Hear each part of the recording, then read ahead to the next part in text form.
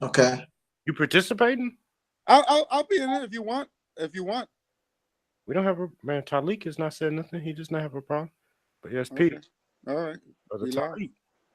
It's on there. All right. Yeah, we're on the air. I'm just gonna have to. I'm setting this up here.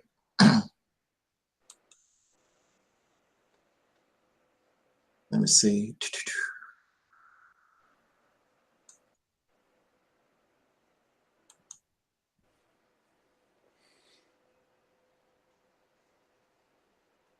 All right. Of course, on Facebook, Brother Daku is on Facebook. First one there. Trying to set this whole thing up. Where is my? Okay. I don't know how you. Okay. Due to difficulties beyond my control. Oh wow. Hold on a second. This thing has a. Oh, give me a second. Y'all got to set my Facebook back up again. I don't know what happened. It dropped. It's not even showing. Okay.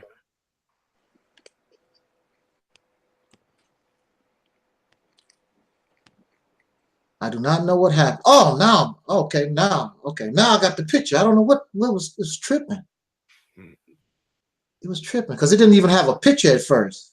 You know, the social, you know, this online computer world, man. Because, you know, even before we started talking, sir, the only thing I could get out of Facebook was the audio. Now I have the world. Living in a new world today, you know. Yeah, I don't know. You know, it's just technology. Maybe it's the Illuminati. I don't know. That's what Tariq said. He said, talks about the Illuminati. Okay, well, this is good enough. This is good enough. All right. He talks about my opening, so I'm going to open the way I normally open. In the name of my ancestors, peace forever and always, and welcome to another edition of what I call the Reality's Temple on Earth Internet Ministry. I am the gatekeeper of the host of this program, known here on social media and around the world. Wherever you may find me, I am known as the mighty, mighty, mighty Angel Snub 7. I am your soul brother, number one. Well, this is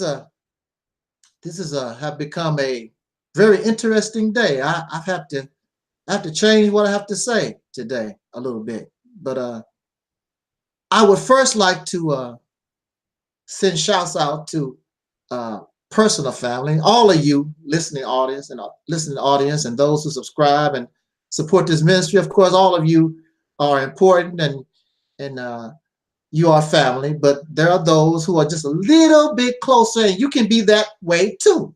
It's very easy. It's very easy. Just come in and just help participate and become part, hands-on in the works of what I call the Operation Exodus Mississippi.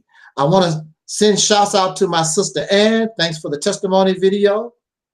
Our sister Moesha. I cannot say your name. I'm saying Moesha, but I don't think I pronounced your name correctly. But anyway, I know that you are under the weather, and I hope that you feel better and you're able to join us later on. I need your help. I need your expertise. Of course, joining me in the box here is my brother Craig. He's our Minister of Information, Administrator of Information, doing a great job. Brother Lester, I guess he'll be here in a little while. Shouts out to Brother Lester and Brother Dragon Manifest, and of course my assistant administrator, Brother Taalik. I want to send shouts out to all those that's working on this project close here, and hopefully this time next year we really have something really going on. I also want to give a shout out to our brother Guy, who is also in the room with us, and honorable mention, of course. And we just want to, I just want to say, I'm just so happy to see us. And I actually didn't even want to talk today, but I guess, you know, why keep holding off what must be spoken about just a little bit. I thank everybody for those who submitted a testimony, a support video for Operation Exodus, Mississippi. Now, what's strange now, I have 10 subscribers. I basically get 10 views. So I was thinking I would get at least 10 support videos. I'm missing 7. I'm missing 7. Some of y'all ain't sent your videos in. We want to use these videos, put them together, some sound bites, and make a promotional video. That's what we want to do, a real nice promotional video so that we can share on Facebook and of course on YouTube and wherever else we can put that promotional video and get this, try to get this party popping. Now, what's sad, now y'all might not be embarrassed, but what's sad is that even a white guy made a support video.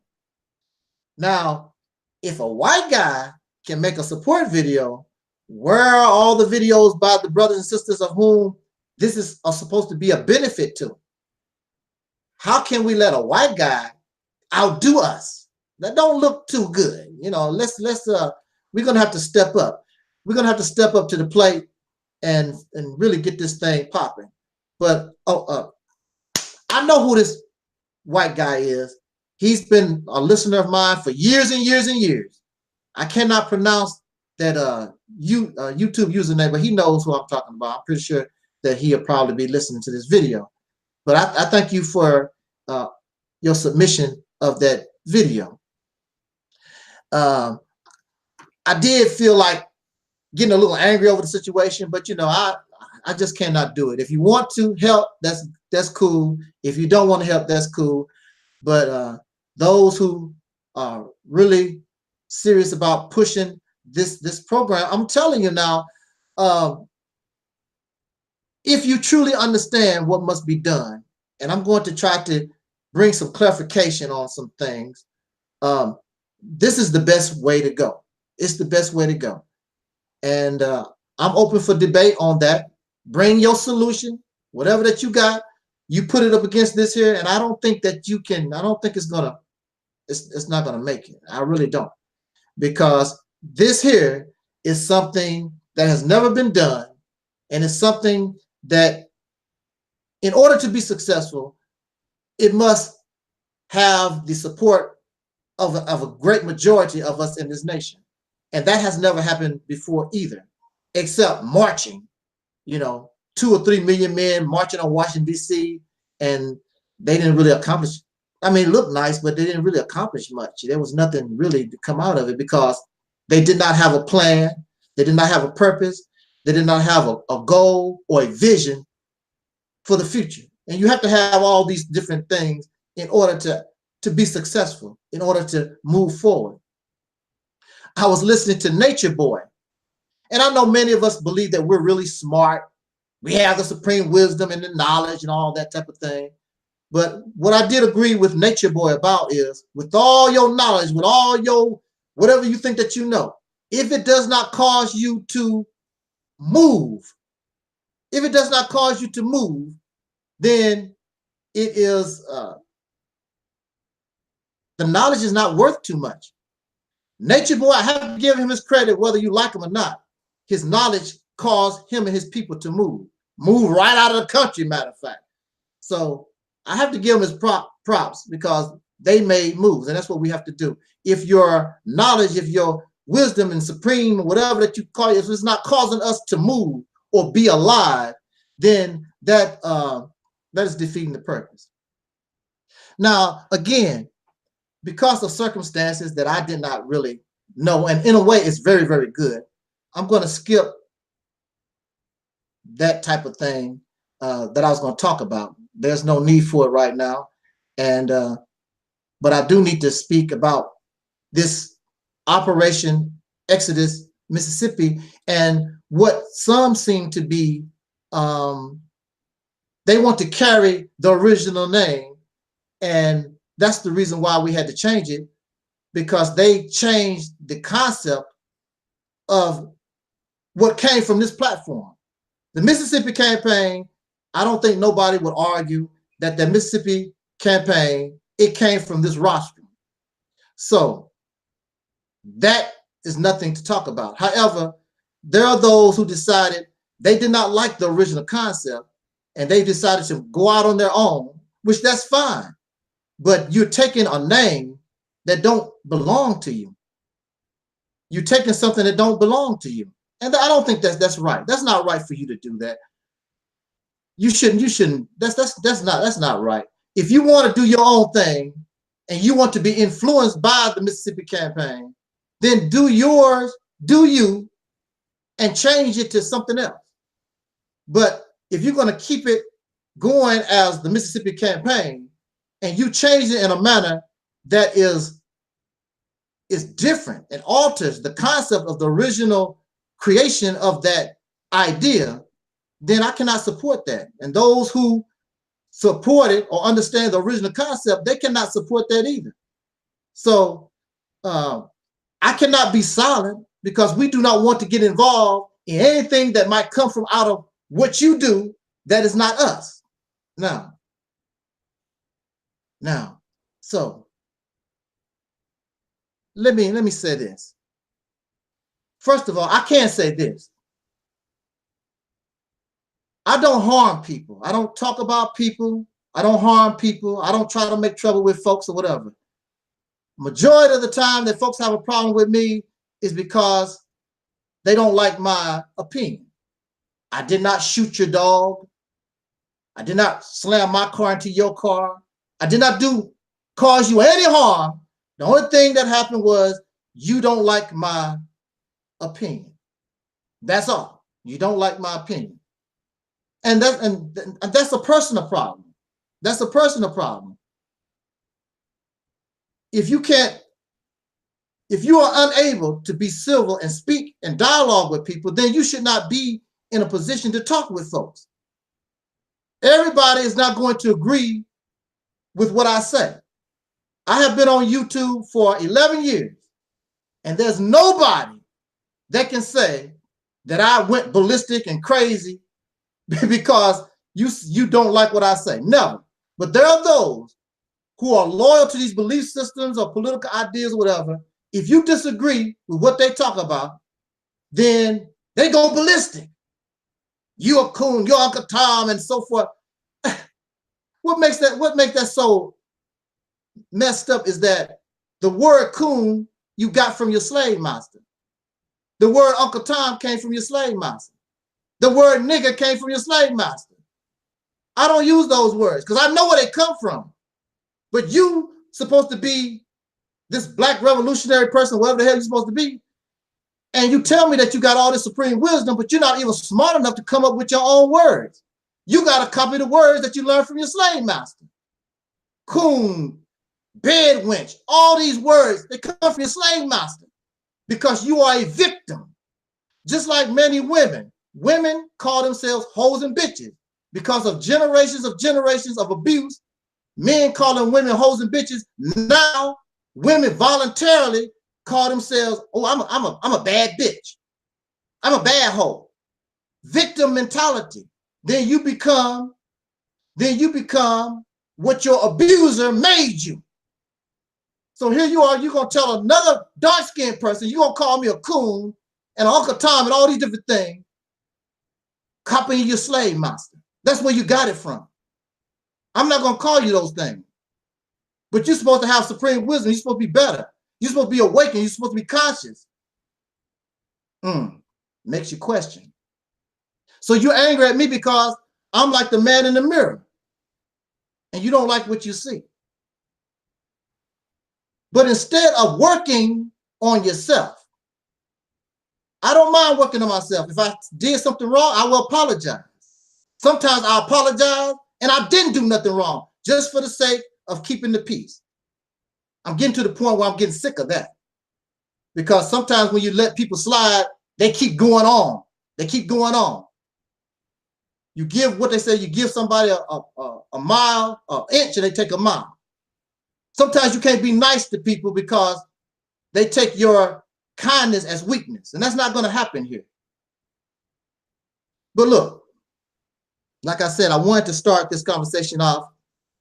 Perhaps some may say negative, but see, that was brought to me because I haven't done nothing to these people. I have not done anything to you except speak my opinion. And if you have a problem with me like that, and you call yourself a brother, my telephone number is public. Anybody could call me. Somebody could call me right on the phone right now. My telephone number is public. Email, I'm easily reached. You don't have to go around huffing and puffing. Taalik pissed me off and I'm all mad. And you don't have to go through all that. I'm a team player. I can get along with anybody. I don't get emotional. I sit back and listen to what you're saying. I could get emotional. But what does that do for me? Nothing. It ain't even that serious. I don't even care if people talk about me. People have been talking about me all my life. So what? I don't care. Now, if you're telling the truth, that's different. When I know that you're telling a lie, a fabrication, and some manufactured stuff, that don't bother me. But if you hit me with the truth, that bothers me. That bothers me because either I accept that truth or I reject it. Truth hurts. Nobody wants to be wrong. Nobody wants to be in error. But I do know if I accept that truth, even though it hurts, even though I don't want to be wrong, if I accept that truth, that error, it can only make me better. So I'm looking to get better. It hurts, but I'm getting better. So the next time you come, you won't have that to say about me because I worked on that. Because I want to get better. I want to get stronger. I'll never get perfect. I don't know what the hell that is. I don't know what perfection is. But I'll get better as a human being because I accepted and embraced the truth. Truth hurts. But in the long run, it's beneficial for us. I'm not going to try to keep us long. I just want to show the difference between the original Mississippi campaign and the altered version. It has nothing to do with nothing personal. You have those people who want to make this personal, and it's not personal because I don't know you. I know what you have done, but I don't know you. I don't know your person. I don't know about you. This has nothing to do with that. I'm talking about what you've done and your changes that reflect something that did not belong to you, which if it goes wrong, which it will, or whatever the result is, I don't want nothing to do with that. And I have the right to protect myself against something I don't have nothing to do with. Thus, the name change. There's no way that you can confuse that rhetoric with what is happening here. Let's talk about it. Now, you know, how can I say this? I want to bring this up. Now, Brother Muhammad, many of you know, Brother Maurice Muhammad, he's in the chat room and he wants to come into this box, which I don't mind, but not right now. I'm not doing it. Maybe off the air, I'm not doing it. And the reason why I'm not doing it is because from the very beginning, it goes back to a video. Remember, I made a video. Man, what was the video? Anyway, those of you who have been following this campaign, you know that I did say that I support Brother Maurice and what we could do as far as supporting him and those who are with him in this version of Mississippi campaign. I said I would do that as long as it does not conflict with our interests. And I thought, and he agreed with what was said. But what happened was later on in the video, my assistant, Brother Taalik, made a comment, and Brother Maurice couldn't hold back, and he basically went off on my assistant. Now you can't do that. You cannot do that because you don't see, again, you don't like what somebody said. We've already supposed to squash the issue. Brother Taalik has the right to speak and feel how he feels. He's the co-creator of the original idea. Now, he may not be like me. I may be docile and try to compromise. That's not his position. He has the right to feel that way, that somebody take our idea, an idea that he helped create, and alter and change it. He has the right to be angry and mad. He has the right for that. And so you disrespected my assistant. Thus, you disrespected me because we're the same. We're the same. So I decided to text Brother Maurice, and I said, brother, just to be civil, I said, you made some insinuations and some, some accusations, basically. You're trying to say that we advocate homosexuality, we advocate interracial marriage or integration and so forth or whatever. You made these accusations. I want to have a civil debate with you, and I want you to prove these things. And when I first asked him about this, he said, cool, I'm on board, let's do it. Now, what I wanted to do, I didn't want to do it immediately. I wanted to set up Blog Talk Radio and a few different things. That's what I wanted to do. So I'm like, I wanted to take some time. But now this is the thing. Now look, now listen to me. I have the text. So don't call me a liar.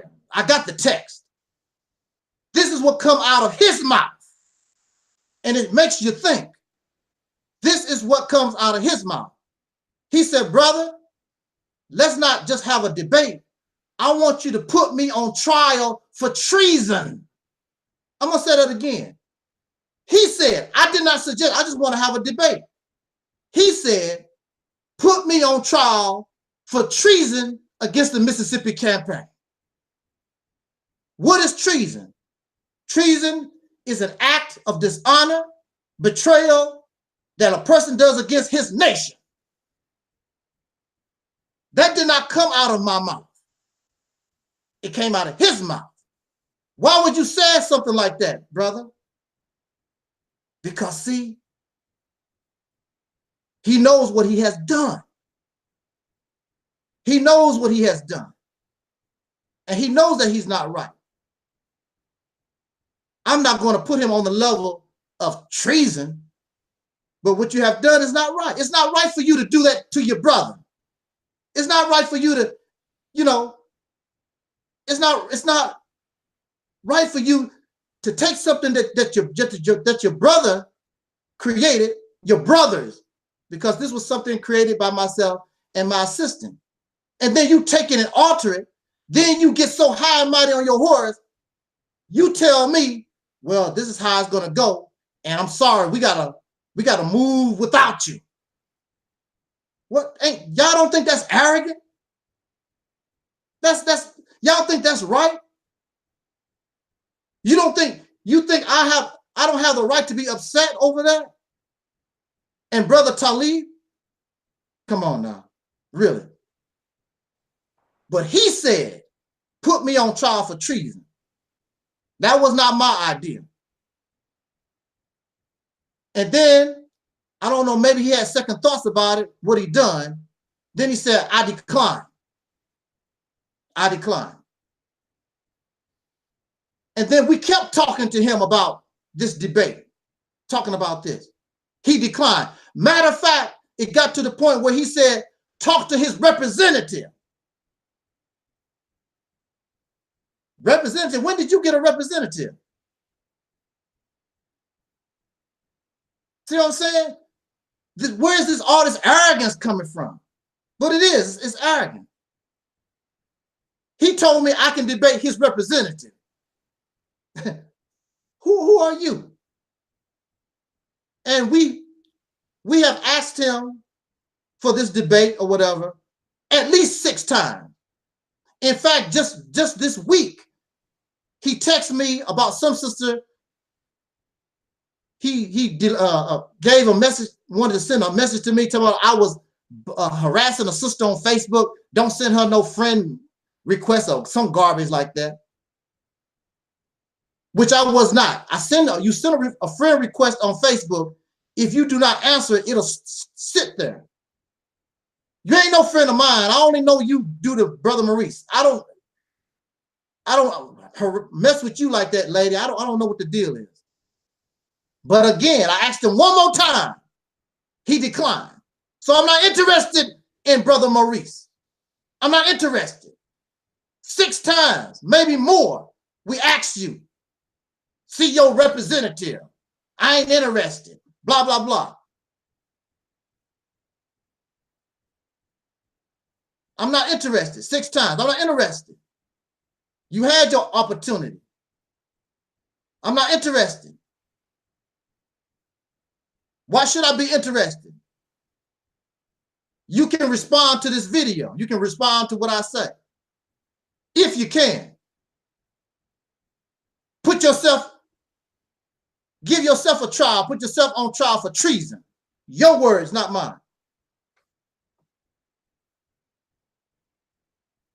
So,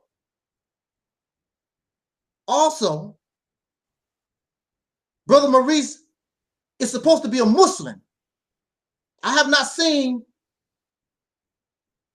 Muslim behavior even due to the teachers. Remember, I come from the same place. I know how Muslim followers of the Honorable Elijah Muhammad are supposed to behave and act, whether it was under Elijah Muhammad or whether it was under Louis Farrakhan. It makes no difference. Also, as a Muslim, according to the Holy Quran, the Quran said when you debate, when you argue, it says debate and argue in the best manner. You're not going to get the best manner with Brother Maurice. He's going to be vile. He's going to be nasty. He's going to be profane. That's the way he has been ever since I have ever known him. What has Islam done for you? I thought Islam saved your life. I thought Islam did all these different things. But when we see Brother Maurice, what do we see? We see the nigger that he said that he's supposed to be trying to keep in check. But apparently Islam is not doing nothing for you. It's not a personal attack. It's an observation that anybody can see. Muslims don't run around calling people nigger. They might say nigger sometimes in a speech, but they don't do it vile and nasty. They're trying to make a point. And all these other 4-letter words and 5-letter words that Brother Maurice used, that's not Muslim behavior. That's not Muslim. That's not Islamic behavior at all. All these profane words that you learn from your slave master. Didn't you learn anything from Elijah Muhammad? Minister Farrakhan don't talk that way, at least not in the public. Well, I know I don't even think that you have ever even met Minister Farrakhan. I've been around Minister Farrakhan a few times. We never been buddy, but I've been around Minister Farrakhan in private meetings, and he don't talk that way. When it's just us FOI-MGT in the room, he don't talk that way. He don't talk nasty and vile. I have seen Minister Farrakhan pissed off and angry, but he don't do that kind of stuff. In this business, you need to learn how to be cool, calm, and collect. Now, so I'm not interested in Brother Maurice trying to debate him or whatever. We have gave him more than enough opportunity for that. What are you going to debate? I have done nothing to you. What you want to get angry about? What you going to call me out of my name? Call me all kinds of niggas and mother this and blah, blah, blah. A con artist and all this other stuff. I have done nothing to you. I have the right.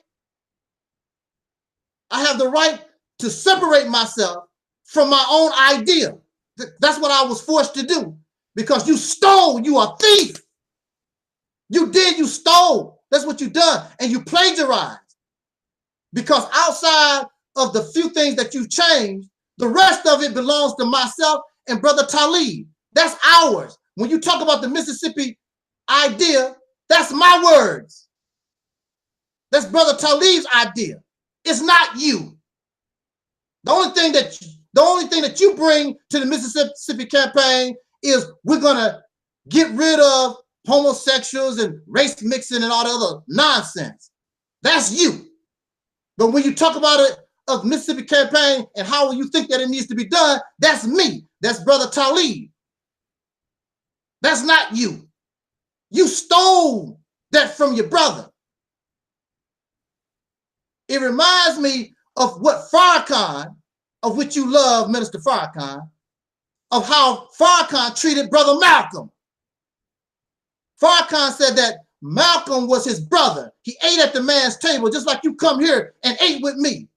In fact, I invited your whole family, if in vogue, if my girls, if they had came to Nashville, Tennessee, and I could have got an interview, I was inviting your whole family to see In Vogue because you're my brother.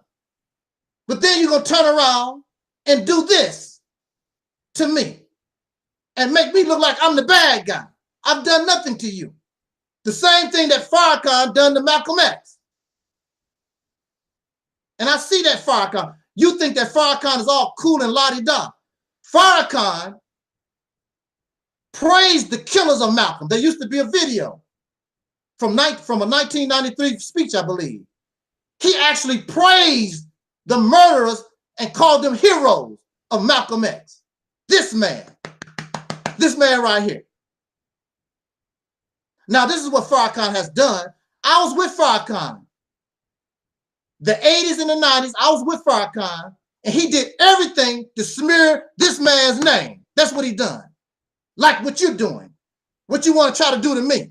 Smear my name. I ain't done a damn thing to you. Malcolm didn't do nothing to Farrakhan except Farrakhan wanted his position. You want this campaign as your own and flip it around and do what you want. And those of you who think that's right, there's something sick about you. That's not right. It's not right. No matter how you slice and dice, that's not right. Not if you're a brother. Farrakhan betrayed Malcolm X. Smiling in his face, eating at his table.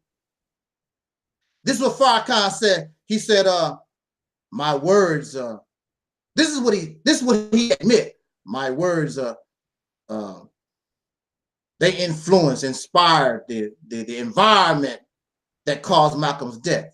I guess you would. You was on the radio every week talking about that man, he deserves death. That's what Farrakhan was saying every week on the radio. They want to blame the FBI, the CIA. The CIA, FBI did not control the Muhammad Speaks. There was a picture of Malcolm X's head chopped off, rolling down the road. The CIA did not do that. FBI did not do that. The FBI did not tell Farrakhan to get on the radio and tell people this man deserves death. And if you notice about Farrakhan, he said that his words, I don't have nothing to do with the murder now, but my words caused his murder. You know, because you got these religious zealots, and they thought they was going to be heroes by killing Malcolm. And then the Nation of Islam left them out in the dust, left them out to dry. They found out the Nation of Islam wasn't what it was all cracked up to be. They were not heroes then, and they're not heroes now. But Farrakhan, he never apologized. He said his words did cause this, but he did not apologize. He never said, I'm sorry for what I did. He never said, I'm sorry for praising Malcolm X's killers, did he? No. Y'all let this man slide. I'm not going to let him slide. I'm not going to let him, for killing this man here? No. I heard the terrible things that Farrakhan said during the 80s and the 90s. I was there. You can't tell me what the man didn't say. I was there. I was on the rostrum. I was there. Sometimes I was standing right next to him. But see, I didn't know who Farrakhan was, and I didn't know who Malcolm X was until the 80s. And when Farrakhan started slamming this brother, I did my own research. is a good man. He ain't doing the damn thing wrong. Elijah Muhammad was wrong. That's who started and kicked this whole thing off. Elijah Muhammad was wrong. And I love Elijah Muhammad. That's my spiritual father. That's my first daddy. But he was wrong. And I'm not going to stand with you when you're wrong. I'm sorry, Father, but you wrong in this case. It was wrong what they done to this man. And because of what they done to this man, it set us back who knows how long. Because this man was way ahead of his time. And he was sincere. And he loved us. Farrakhan don't give a damn about me. Once I got used up, he don't give a damn. Y'all think I'm wrong? Because I'm asking you, I'm telling you that this man, my uncle, gave this man 30 years. 30 years of service. And when my uncle died, he didn't even come to the funeral. He could have appeared on Google Hangout. He didn't send a condolence letter. And y'all think that's right. That goes to show you the real character of this person. It's not my fault. He made himself that way. And Brother Maurice wants to be like this man.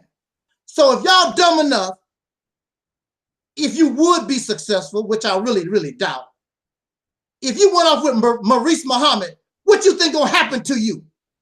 And this man is influenced by the character and the mentality of murder, of murdering black people. They murdered this man. No apology. What you think they're gonna happen? What you think gonna happen to you if you get somewhere and you allow Maurice Muhammad to be your leader? What you think gonna happen to you? Not only homosexuals, not only race mixing, it's gonna be a whole lot of other stuff. You can't eat pork. All that other Islamic crap. Go ahead and do that if you want to. I know that y'all believe the hype. Y'all love Minister Farrakhan, how he's eloquent. He's charismatic. He supports murder. Farrakhan supported murder.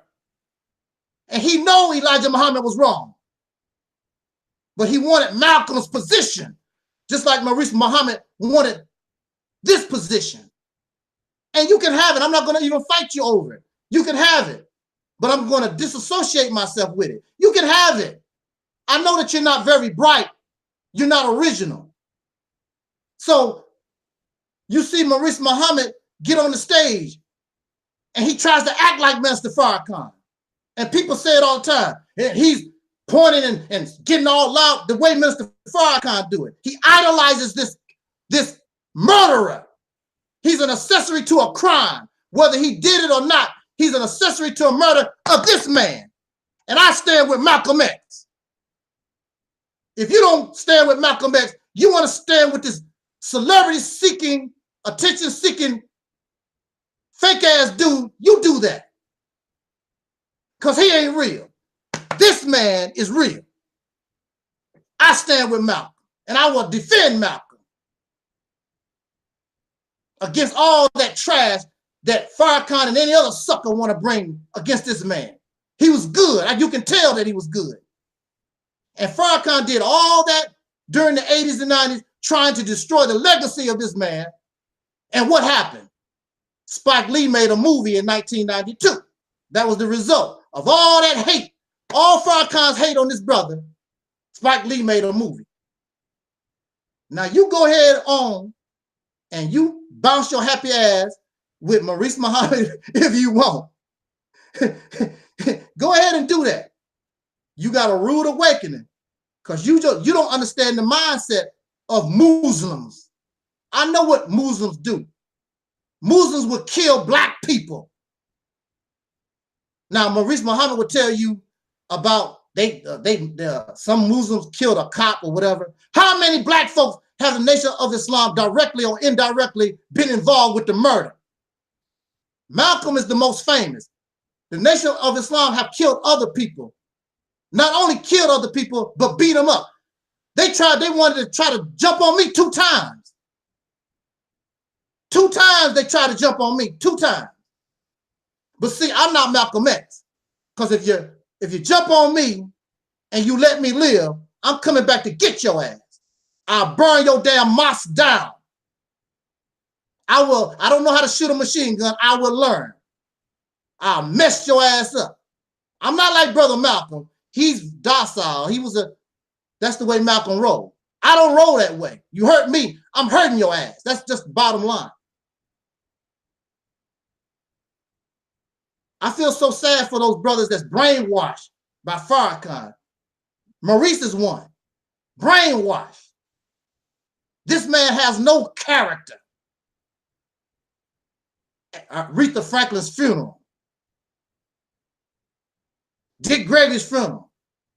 Didn't come to my uncle's funeral. Aretha Franklin didn't do nothing what my uncle did for him, or Dick Gregory didn't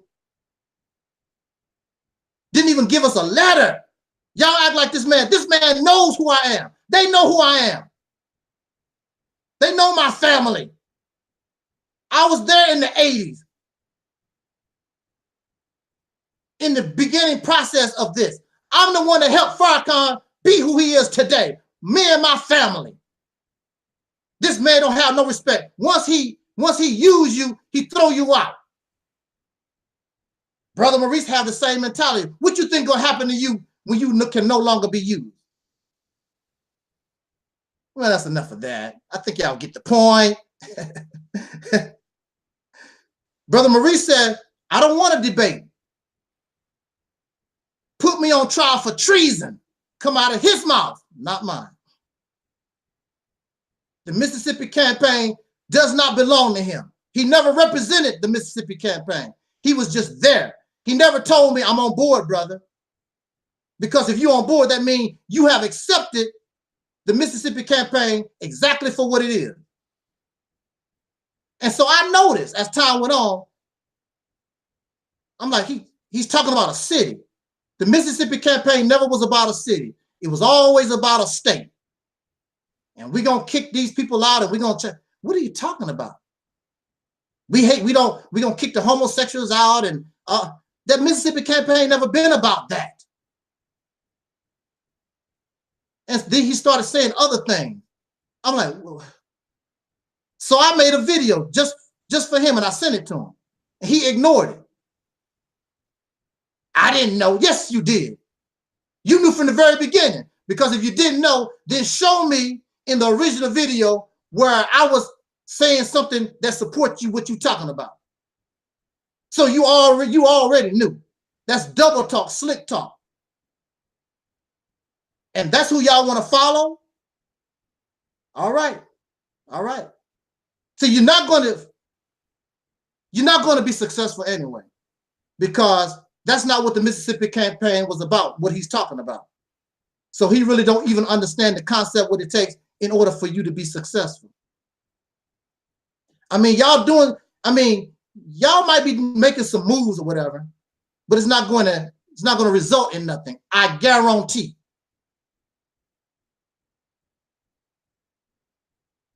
The concept of the Mississippi campaign is very simple, y'all. It's very simple. You are going to use your right to vote in order to secure the seats so that you can win the state senators, Congress, the governor's house. You want to use they are already in. If you look at Mississippi, we are, matter of fact, not only Mississippi, but we are already in positions all over the country to take control of the government. We are already doing that, basically. But the thing about it, we're not doing it, because if you do that, you put yourself in a position to change the laws that's against you. If you take control of a state, you take control of the National Guard, the State House, and all these things. Now, mind you, this is still not your country. Mississippi is under the jurisdiction of the United States federal government. The only thing you're doing simply is you're changing the laws so it can benefit you. That's all. Not only in Mississippi, you can do it wherever there's a large dark-skinned population.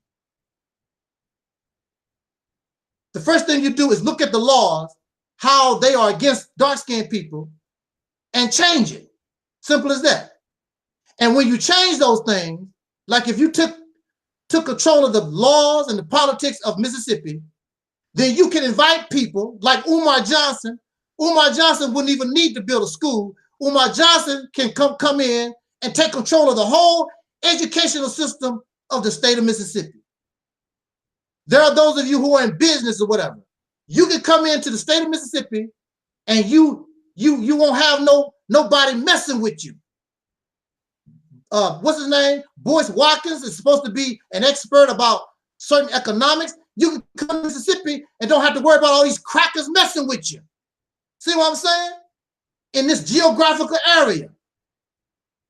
Learn how to downsize. Learn how to live differently from your enemies.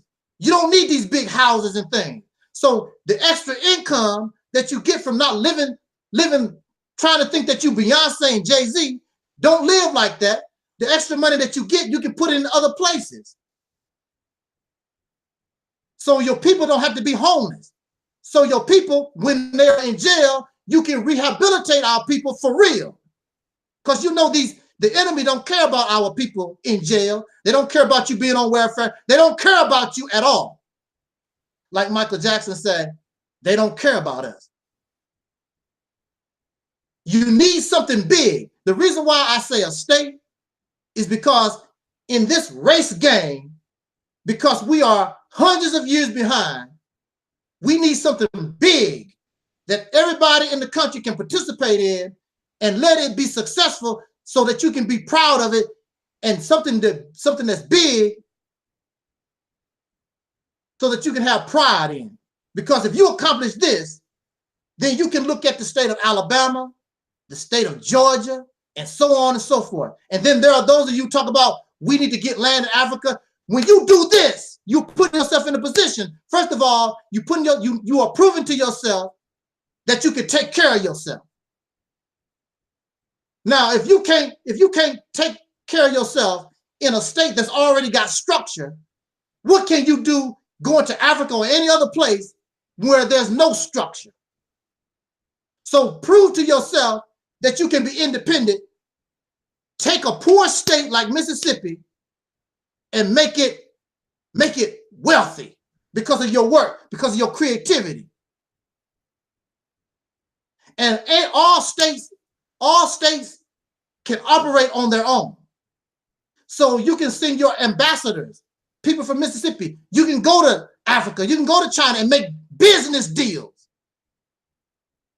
And like I say, since Mississippi is basically an agriculture type state, then you focus on organic food and become the world's greatest exporter of real organic food. Organic cotton and beans and corn and beef and chicken and even pork. Y'all like pork.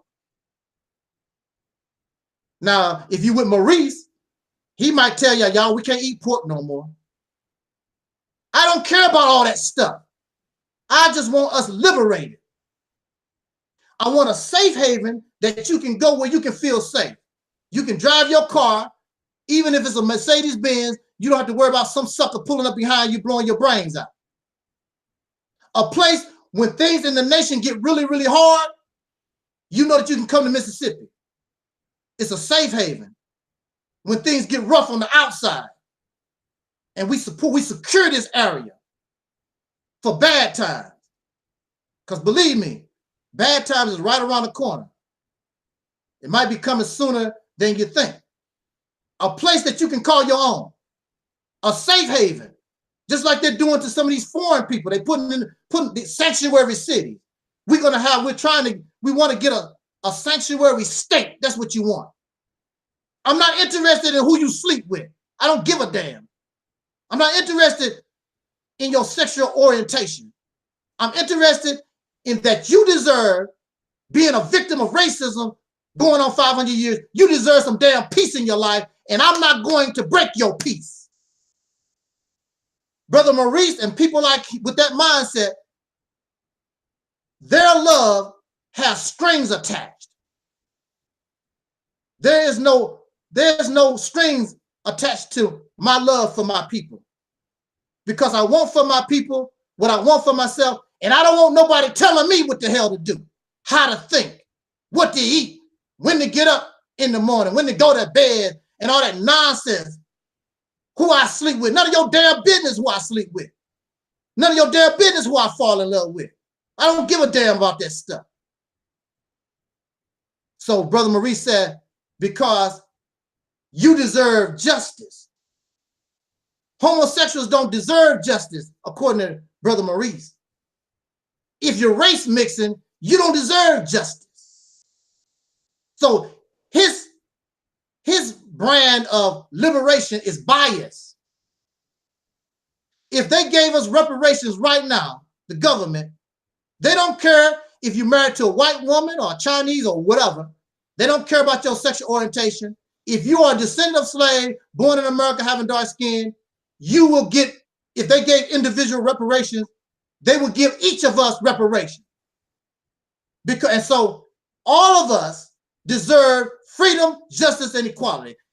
It's not me, it's not up to me in my self-righteousness to judge nobody. Nobody. I'm not going to judge you. And damn it, don't you judge me. As long as you treat a person like you want to be treated, it's all good. I want to ask Brother Maurice, what have a homosexual person done to you lately? They steal your car. They pee on your yard, you know, kick your dog in the ass. What have they done to you? You treat people like they're criminals. They ain't did a damn thing. You're going to give them a death sentence for something they can't control. You can't, like they do, they say you can't help who you fall in love with. Well, see, look, using myself as an example. My own people, because of my dark skin, because I'm dark skinned like this, I'm dark. My own people rejected me. They didn't want nothing to do with me. My friends, when I was growing up, they was white. They was white. If it was not due to the fact that I was influenced by Elijah Muhammad's teaching, I probably would be married to a white woman right now, because the white people was good to me and I was too black and ugly for black folks. So who am I to judge somebody when they're looking for love? Everybody deserves love. Everybody deserves somebody to care about them. You're not getting it from somebody black. You're getting hate from somebody black. Oh, you a nerd. You too skinny. You too black. You know, whatever it is, why these Negroes don't like you. But the white folks accept you, and the Chinese might accept you. Everybody except your own kind. And then you want to sit around with your pompous, pro-black dumbass that you race mixing. I don't believe in interracial relations. I don't believe in it. But I understand why. It's not for me to judge you. And then you turn around and you judge these people, show them about themselves. They can't hang. They get all upset. They get all discombobulated. What's the word?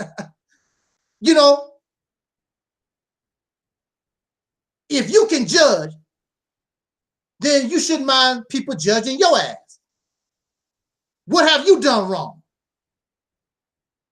I don't like them homosexuals, but you like heterosexuals. You like heterosexuals that commit fornication and adultery.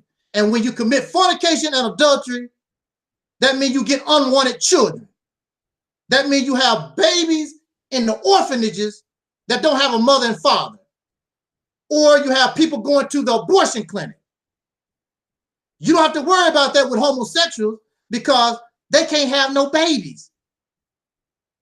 So who really is more detrimental to the community, the homosexuals or the heterosexuals? Who is more involved in domestic violence? Is it the homosexuals or the heterosexuals?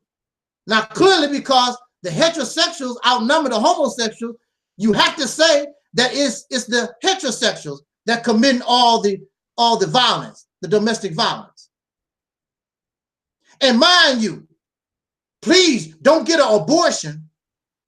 How many of you Some of y'all make good money. Some of y'all make really good money. How many, since you are against abortion, how many of our babies have you adopted out of these orphanages? Foster care. None. See how fake y'all are? You fakes, frauds. You make $40, $50, $60,000 on more on a year. You don't foster care.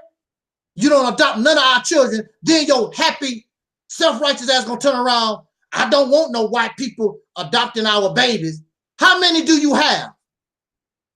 There's a show called Little House on the Prairie. Can I talk, y'all? Can I talk? Do y'all mind?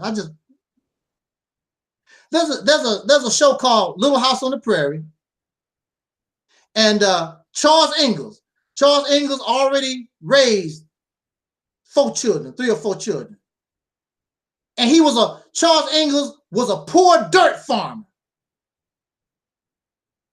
He don't he don't make $50,000, $60,000, $70,000 a year. A poor dirt farmer, barely making it.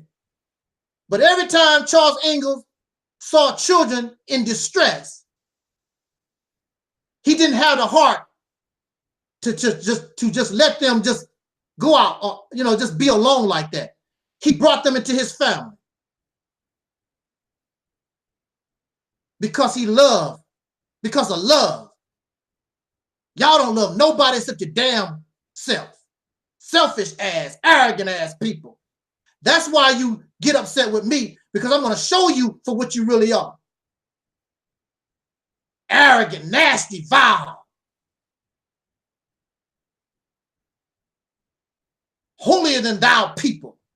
Know it all. If you know so much, how come you're still living here with racists? I don't want to be around the homosexuals. I don't want to be around all that race mixing. Yeah, but you living in it right now. You living around homosexuals and stuff right now. What you doing about it? Not a damn thing. Nothing. And I can guarantee you, your ass gonna die being around it. I guarantee you.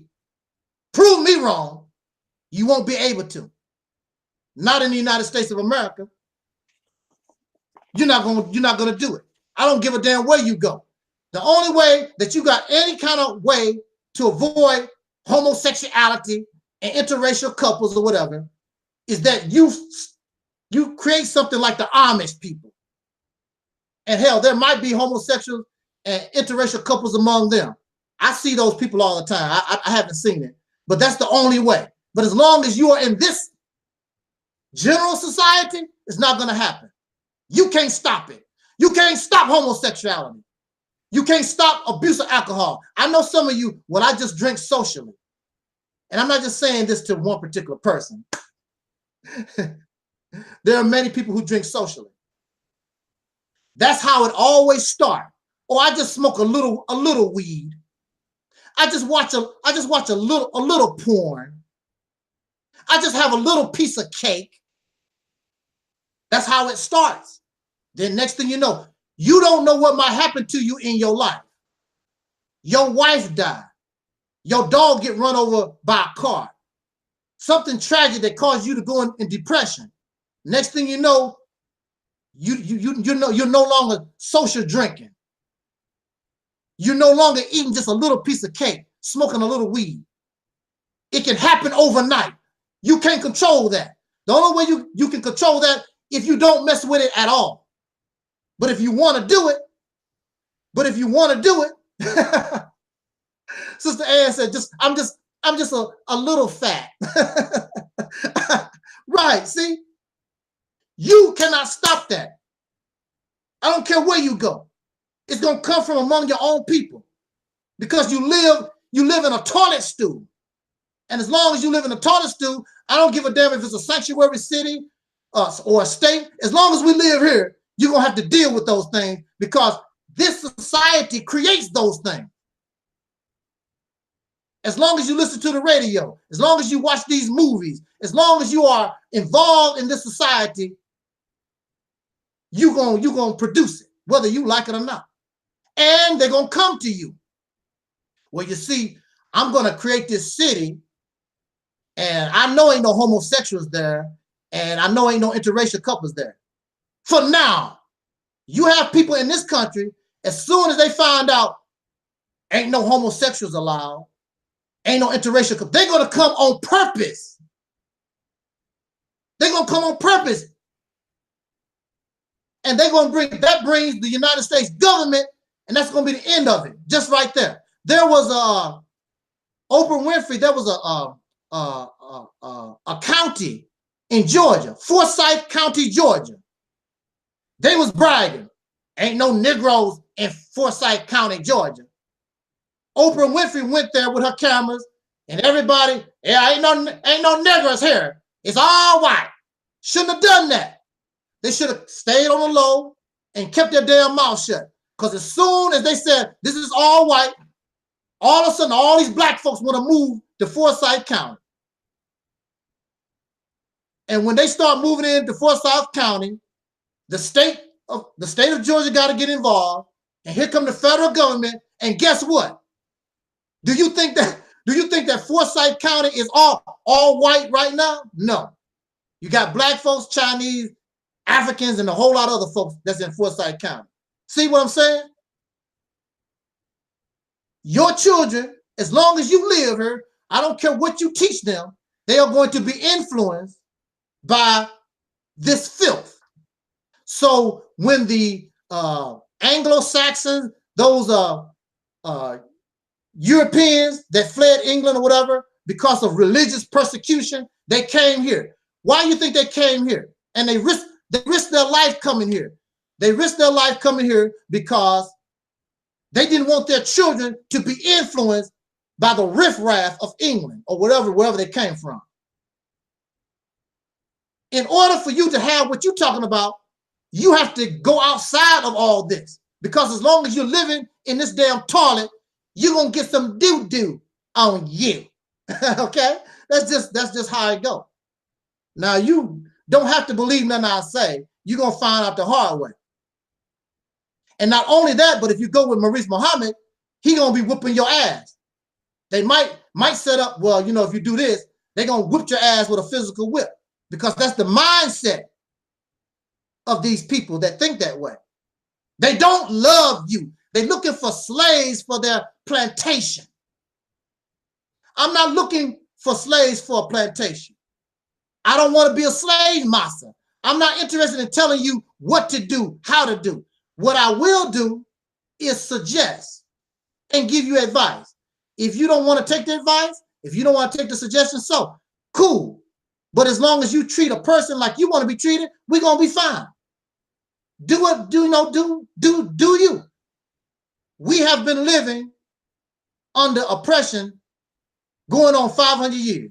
I'm not interested in being your slave master. I don't give a damn who you sleep with or nothing. However, now you can't mess with little boys and girls. No, that's crossing the line. That's you crossing the line now. And no, you're not gonna rape nobody. And let's don't be silly now. Homosexual ain't done a damn thing to me. Matter of fact, I have never had problems with homosexuals. I've never had problems with interracial couples. Never. But here you are, you want to stone people to death, kill people. But what about you?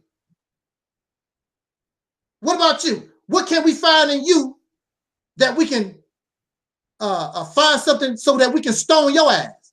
That's all that I was saying. When I'm telling a person, when you judging folks, what about the skeletons in your closet? Don't condemn a person because of their past life. Be happy that they changed their life. Because I'm pretty sure your life ain't all la-di-da. What are you hiding in your closet? Should you be condemned for what you used to do? That's what they used to do. Be happy for people when they're able to change their damn life. How long they gotta be punished for what they done? But you can uphold Malcolm. Malcolm was a drug dealer. Malcolm was a criminal. Malcolm slept with white women. He said all these different things. But he changed his life. And you accept Malcolm, but you can't accept other brothers and sisters, what they done in their past. The original followers of Elijah Muhammad, all of them, the majority of them was criminals, prostitutes, whores. They was the worst of our society. Those were the original followers of the Nation of Islam. Maybe homosexuals too, who knows? But they changed. You're going to condemn them for what they used to do. Look at what they are now. And if they have not improved themselves, why don't we have compassion and mercy and stop being so damn self-righteous? And why don't we help people? If she's a whore, then as a man, it should be your responsibility, my responsibility to help her. No man should want to see a woman sliding down a pole, selling her body, or none of that. No woman, not only the sisters, but no man should want a woman to do that if you're a real man. I don't want to see you, sister. I don't want to see you, white lady. I don't want to see you sliding down no damn pole and humiliate and degrade yourself. These are the mothers. White woman, Chinese woman, whatever, black woman, these are the mothers. But as long as it's not your mother, I guess it's okay. Because you lusting. You want to see them hips go down in the pole. You want to see those breasts flop. It ain't my sister. It ain't my mama. It ain't my cousin. That's why men should not be in charge. Because men that are leaders, men have a corrupt, whacked out mentality. Men have this domination type mentality. So it's not only about Brother Maurice having a disagreement with me, but see, Brother Maurice must show that he's stronger, better, greater than me. It's a male thing. So men are sick. You even see this in nature. So you're living in a man's world. So you're living in a man's world, and what have these men done? Endless wars, prostitution, rape, incest, pedophilia, murder. It goes on and on and on. The destruction of this planet. Men are in charge. And this is what you get. Living in a patriarchal civilization or society. Men, these men got to show another man. The white man got to show the black man, I'm the one. I'm the powerful. I'm the greatest. And see, y'all not very strong black men. And you want to pump up your chest. Well, I created civilization. I created the first spoon. See, but the white man take out his AK-47 and his nuclear bombs and his tanks and all that. You start, okay, because it's all about male domination. The black man, soul brothers, we are on the lowest end of the totem pole. This white man, this pink man is on the top. But believe it, he's making sure that the Chinese and the Indians and anybody else, let them know I'm the one on top. And if I have to kill all of you, I will. If I have to destroy this planet, I will. That's the sick mentality of men. Men should not be in leadership positions. Men should not be no heads of no damn household because you're sick. And the only thing that you could do for a woman is assist her. Men are the helpmate, not vice versa. The only thing a man can do is give a woman a sperm. That's it. Assist. That's all you can do. And you are happy to do that with your porn-loving ass. She don't even have to pay you. Hell, some of y'all unzipping your pants while just thinking about it. So you ain't doing her no damn favor. Don't even take care of your children.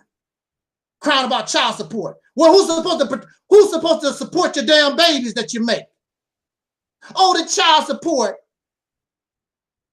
You gonna leave this woman by herself taking care of your children. She do more than just take care of her children. She take them to the doctor. She take them to go get their clothes and all that type of stuff. The only thing you have to do is give them some damn money. And you can't even do that, crying ass. And the woman did not create the child support system. Another man did it, and your punk ass too scared to face him. You're too scared. So you're gonna jump on a woman. You're gonna jump on a woman about this. Because you're scared of the men that's in charge. Because that white man gonna show you. Who the hell you talking to, boy? Oh, you know they still call you boy. Maybe not like they used to back in the day. They still call you boy. What you mean, boy? I didn't mean nothing, sir. I'm finna go beat me a black woman. I'm sorry, Terry. Because y'all a bunch of cowards. Because you're a bunch of cowards. You jump on women and children.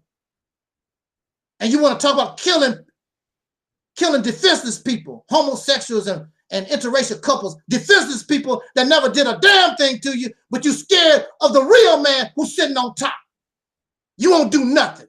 You make excuses. You're a strong man. Strong to who?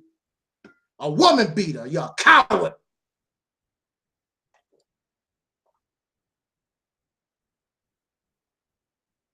You need real freedom. I'm not out here to make you my slave. So there is no interracial relationship in your new reality. But you love Louis Farrakhan. Louis Farrakhan's son is married to a white woman. And he have mixed race children. Do you think that he's going to deny and has Minister Farrakhan denied his children? No. Or you gonna give Louis Farrakhan special favors. So when Louis Farrakhan come to your new reality, when he knock on the door, he could come in and he could bring in his interracial couple. Minister Farrakhan many times not only talk about the interracial couples, he talks about, he believes that one of his grandfathers was a white man, maybe even a Jew. He says it with pride. He says it with pride. Minister Farrakhan said that white people can join the Nation of Islam. And Brother Maurice is in denial. I'm very sure a brother told me from Philadelphia, he said he's seen them with his own eyes in Philadelphia. Brother Maurice don't want to see. He don't want to see the reality of it. Your great leader talking all this blackity black stuff. The Honorable Elijah Muhammad said, you can only accept white people when they have been under Islam for at least 20 some years. These Caucasian people, yes, Farrakhan's son is married to a white woman. It's not his girlfriend, it's his wife. Minister Farrakhan is on the internet with pictures, smiling with his daughter-in-law. Minister Farrakhan is all over in the internet, smiling with Eminem and a whole lot of other Caucasian people. Alex Jones, smiling and skinning and grinning.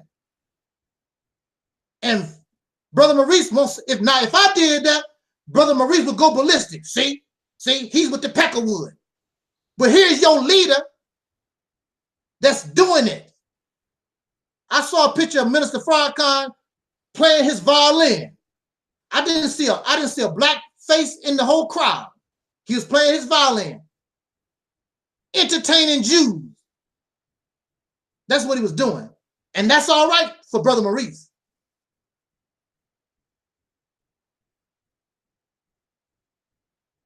Y'all don't see there's a problem with that? Ain't there some hypocrisy? It's not being real. Now, everything that I said, we're gonna talk about this after I'm finished with this lecture in just a few minutes. I'm almost done here.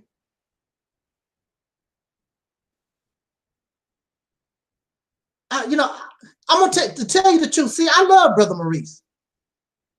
If I told you I didn't, I would be lying. I like Brother Maurice. I like his spirit. I like his spunk. I like his energy. I do. But Brother Maurice, you know it's wrong for you to take this idea for yourself and change things. And you make me have to change the name, and that's wrong. Come on now, you know that's wrong. That's wrong.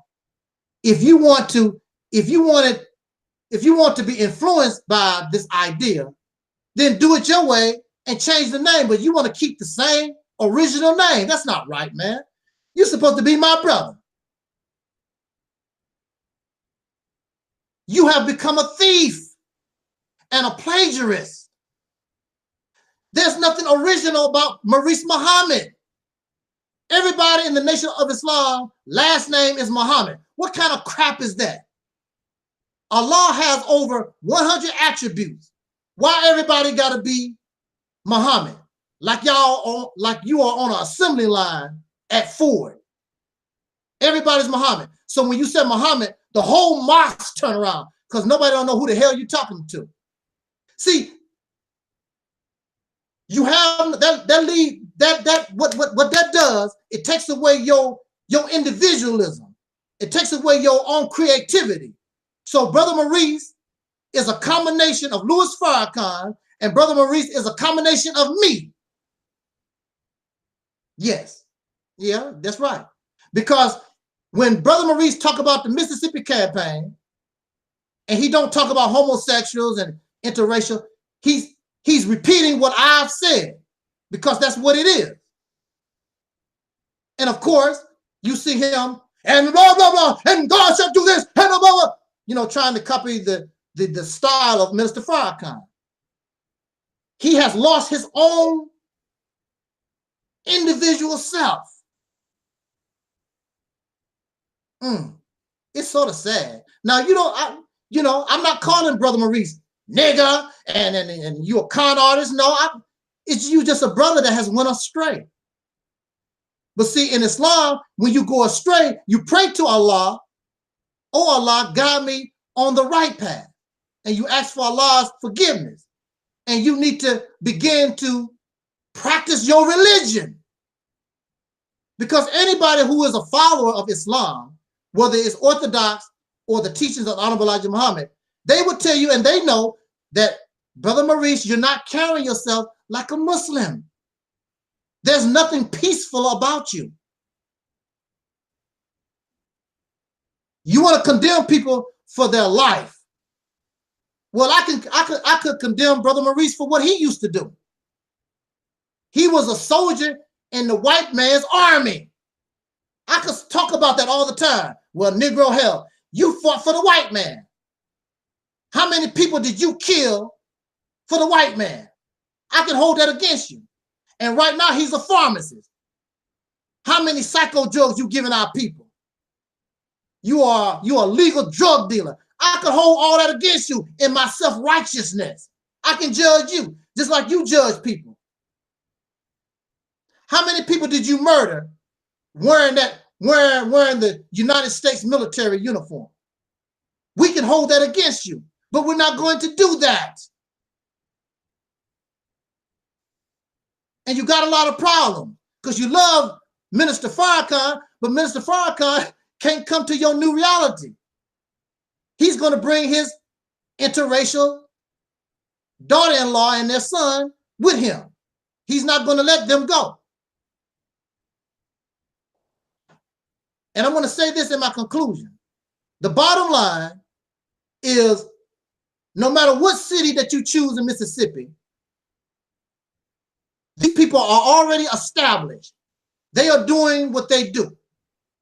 Just because you show up in Yazoo City, Greenwood, Jackson, or wherever city you're talking about, just because you show up one day, you think the people are supposed to say, oh, my goodness, it's Maurice Muhammad.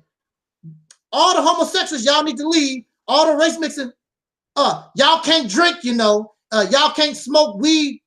Do you think they're going to change their life because you showed up one day? That's not how it works. They're going to run you out of town. You're not even going to get started because ain't nobody going to allow you to come in and dictate how they live. Oh, see, we did the demographics. We did the research. There's no homosexuals and interracial couples in this city. There can be tomorrow. And if you believe that, you're really dumb. Because I'm very sure in that city, people have relatives who are involved in interracial relationships, people who have relatives that are homosexual, and they might come to that city and they want to live. That's my relative. And they're not going to let you tell them my homosexual son or daughter or cousin can't come and live with me. Or my son is married to a white woman, they come to live with me. They're not going to tolerate you telling them what to do. You need to take your happy bald ass and move out. I'm bald too, so that's not an insult. I'm just saying. That's not how it's going to work. They're not going to go for that. Now, you're going to have problems even if we went to Mississippi just to ask, not tell, ask our people, look, let's take control of the laws and the political systems of this state. You're going to probably get resistance just doing that, let alone telling people how to live their life. I'm not interested in how they live their life.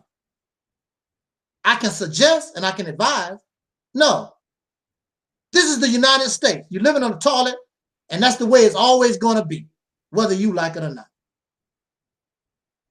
And so you want to talk about if the homosexuals or the race mixed people come among us, if we catch them, we're going to kill them. I don't want nothing to do with that type of rhetoric. Kill our people. But you're not taking no active action against the real enemy. That's what I'm waiting for. When you going to take action against the real enemy? The nation of Islam never took no real action against the enemy. Never. The only reason why they had to fight was because they didn't have no choice. The enemy came up in the mosque. They did not intentionally go out to hunt down somebody. But they did this man. They did this man. The man couldn't rest. Every time he turned around, they was creeping around a tree, hiding behind a car. We gonna kill you, red nigga. Yeah, you'll murder black people, soul brothers and sisters. But you won't do nothing. Even on the continent of Africa, you got those Africans killing Africans, and they're not doing nothing with to the real enemy. I'm not with that. I'm not with that. So if you want to go with Maurice Muhammad and whoever, who's next gonna be on the list? We know we're gonna kill the homosexuals. We're gonna murder the interracial couple. Who's next? The atheists like me? Well, brother, Africans believe in God, You have to believe in God. Next thing I know, I'm getting my head chopped off. Is that the type of mindset and environment that you want to live? Well, y'all do that. I would rather take my chances with the white boy. I'm not going to live under some crazy ass Negroes. Believe that. And with that said, believe that this is the end of this conversation. Y'all, I love Brother Maurice. I've talked to him. We've had many conversations. I've known Brother Maurice for a long time, at least since 2013. Come on, Brother Maurice. Come on, man. We can do better. We can do better. It ain't even that serious. But you have to understand that I can't, we can't float like that. We can't do that. It's not very wise. It's not very wise. And you're putting yourself in a position where you're going to make it easy for your enemy to make a move on you. And believe this, they only need to get one. So if they take you out and you end up in jail, all these people that you think is on your side, and I talked to you about this. See, don't get caught up in the hype and the praise. That don't mean nothing. I can guarantee you, if you went to prison right now, all these people that's pumping you up, they're not going to be nowhere to be seen. I guarantee, I'm telling you. They're going to be saying, damn, that was messed up what happened to Maurice. You're going to be all alone. These people not even going to put nothing on your commissary. You made it easy for the enemy to take you out. You're going to be wishing for suicide and won't be able to do it. And you're going to be looking at yourself like a fool because somebody was telling you it's a better and wise way to go. I understand what you want, but sometimes you can't have what you want when you want it. That's a sign of insanity. Sometimes you have to begin a process and work on that. But you won't be around to enjoy it. There are many Caucasian people who died for the United States of America. They did not have a chance to enjoy the United States of America. What you want to do is put our children on a good path so that they will be successful and begin a process. I won't be here. You won't be here. But guide the children in the manner of which they need to go, like the Bible says. I understand, believe me, I understand your point.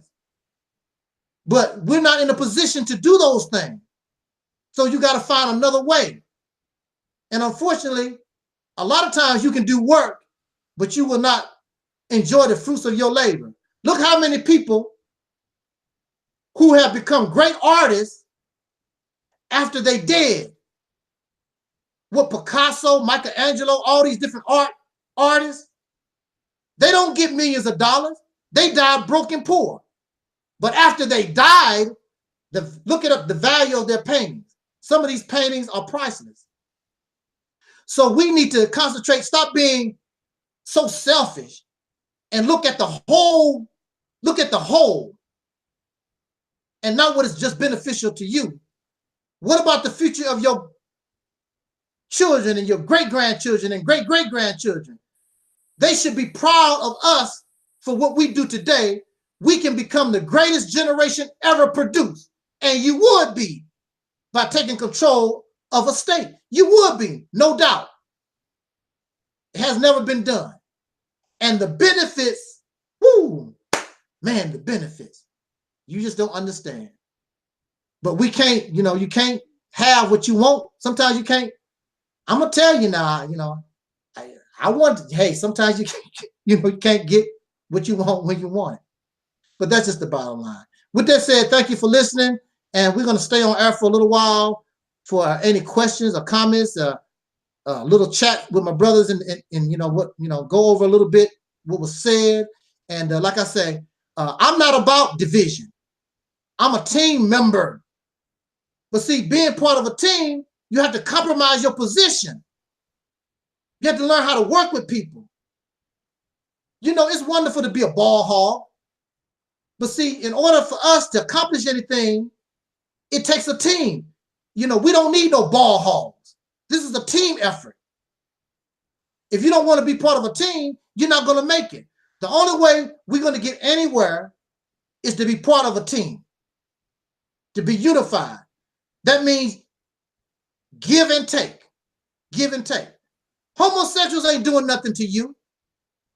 Interracial couples ain't doing nothing to you. Leave them damn people alone. It's other things that you need to deal with. Stop talking about, I'm going to kill them and stone them to death and all that crazy stuff y'all talking. That's dumb. It's really dumb. It make you feel good. Feeling good is going to get you killed. feeling good is going to cause all of us to be in a mass grave. And guess what? When your body rolling down that mass grave, they're going to throw homosexuals on top of your ass, and they're going to throw interracial couples on top of your ass. Wow. Very ironic, isn't it? And they're going to throw your dog Spot on top of your ass. And so you're going to have a damn dog pissing on your face. All right, I'm out, y'all. I'm out. Brother Craig, are you there? Yes, sir. Okay, Brother Craig's there. Brother Guy, you want to come on? Brother Guy. Yeah, I'm here. Yeah, I'm good. So I said what I need to say. We're gonna spend a little time here. I just want to do it in brotherhood. You know, I'm not here to argue and debate none of that stuff. I just want us liberated and free. And the manner that have been chosen, it's just not going to work. We have to be more smarter and wiser and understand that it's not just for us. We have to be looking out for generations. We're not even going to be there. It's more than just about us and what we want. Yes, indeed. You know what I'm saying? So, yeah, I'm done. I done talked. Y'all brothers, what you want to talk about? Very valid concerns. Yeah. Because, yes, indeed, if what you say is true about the NOI, yeah, the Honorable Elijah Muhammad and Farrakhan, you know, if they see, I think somewhere I saw this this cartoon that was, you know, depicted of brother Malcolm, you know, with his head rolling. Right. So for a organization to promote that type of image about Brother Malcolm, but they're going to get a pass in this new reality. Right. See, this is what I talk about when I speak on self-righteousness. So what about, you know, Brother Farrakhan, you know, going on air, you know, calling and condoning, you know, the murder? Because I watched the video personally of Farrakhan saying these words out of his own mouth. Right. They were talking about, you know, they tried to demonize, you know, Brother Malcolm and say that, they took all of the responsibility, you know, away from the Honorable Elijah Muhammad, and they tried to use Brother Malcolm X Shabazz as a scapegoat. Right. They used him as a scapegoat. You know, and you know, Elijah Muhammad, you know, was committing adultery. That's right. He was a married man. He was having, you know, sex outside the wedlock with all of these, you know, private secretaries, making babies, impregnating, right, you know, these teenage women. And I've really been trying to get the age because, you know, I talked to, you know, multiple brothers, you know, even my brother Guy included. And I was just wondering, you know, was the Honorable Elijah Muhammad a pedophile? Because when we talk about these teenage secretaries, were all of them over the age of 18? I believe so. Okay, yes. Yeah, they were okay. They were legal. They were legal then. Yeah, according to the information that I found out, they were legal. Okay, so they were all legal. But at the same time, you know, these women were, you know, brought before the you know, the NIA, and they were outcast. You know, they were I forgot exactly what the proper term would be for this, but they were brought before the nation and outcasted. Right, they were having, you know, making babies, you know, outside of wedlock or whatever the case may be. But what, you know, the Honorable Elijah Muhammad, I mean, he's immune to scrutiny. You know, so, you know, that's my thing, bro. And I'm trying to find this picture because I want to forward it, you know, to my brother. You know, the comic, you know, the picture of that was in the final call of Brother Malcolm with his head cut off. You know, for this debate, I've seen it before. You know, it's definitely out here, but I want to find this picture, you know, so I can forward it to my brother, you know, for this debate, you know, that he's going to be, you know, conducting about the Nation of Islam and their participation in, you know, Brother Malcolm X Shabazz's murder. So, you know, with that being said, it's just the fact that when it comes to self-righteousness, like in this new reality, we're going to let a murderer just come into our new reality, not face any type of scrutiny, looked at as some type of savior or a god.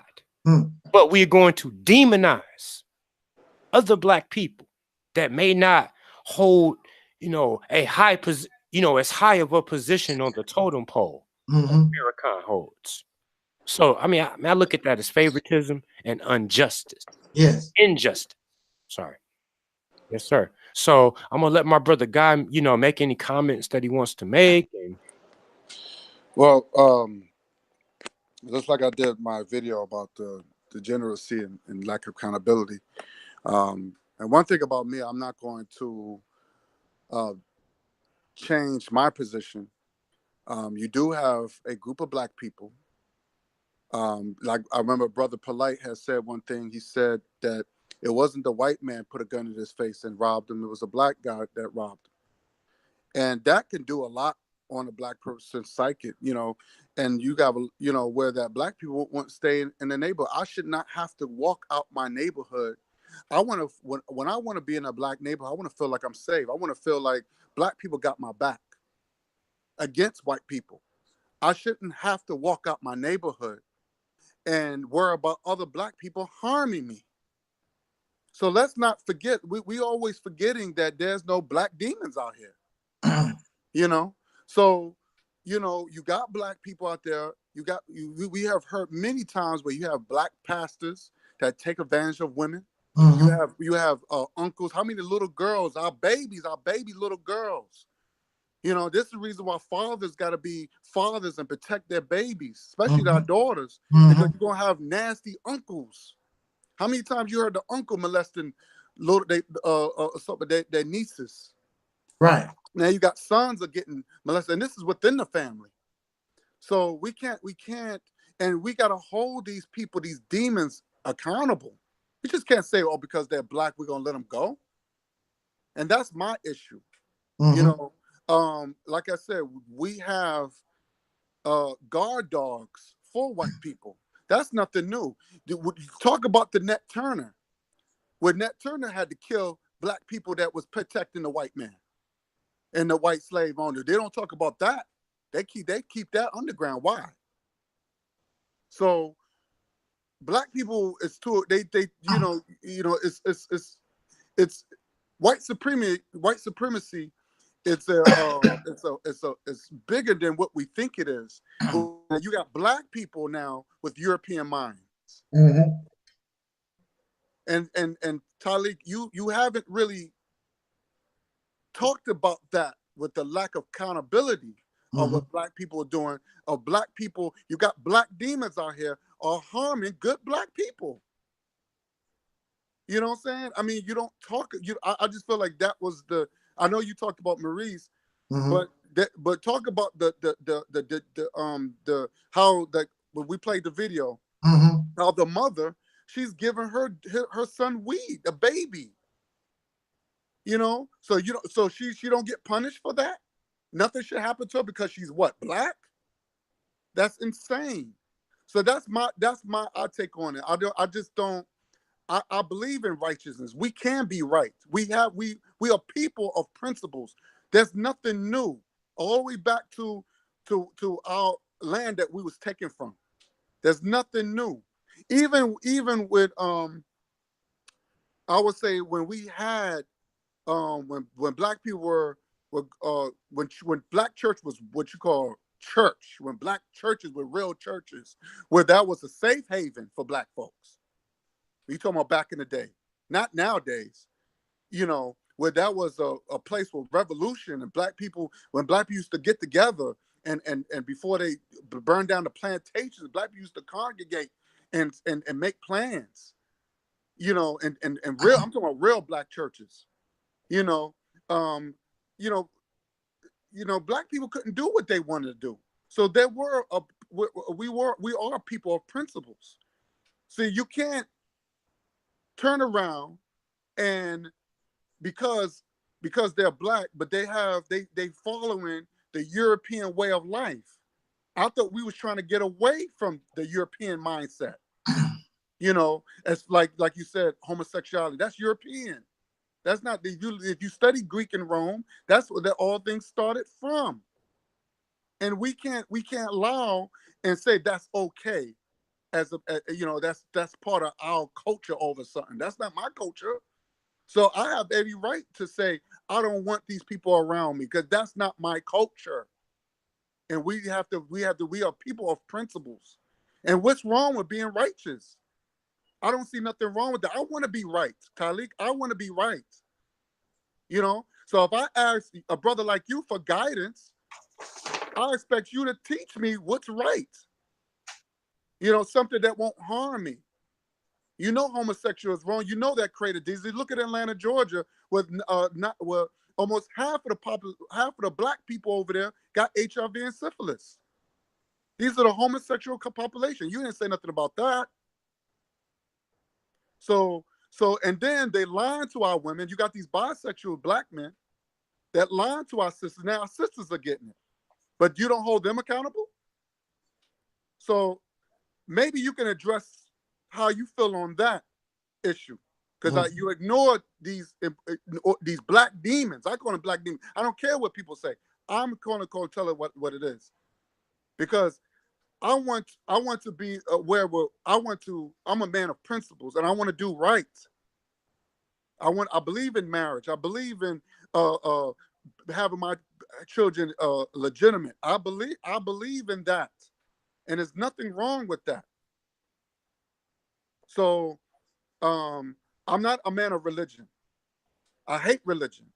Religion means bondage. I'm not trying to be bondage to no book or to no Bible, no Quran. I don't believe in that. I believe in a man of principles. And let's go back to people in Africa. We can learn from people in Africa. That's why people in Africa have a law of an anti-homosexual law in Uganda.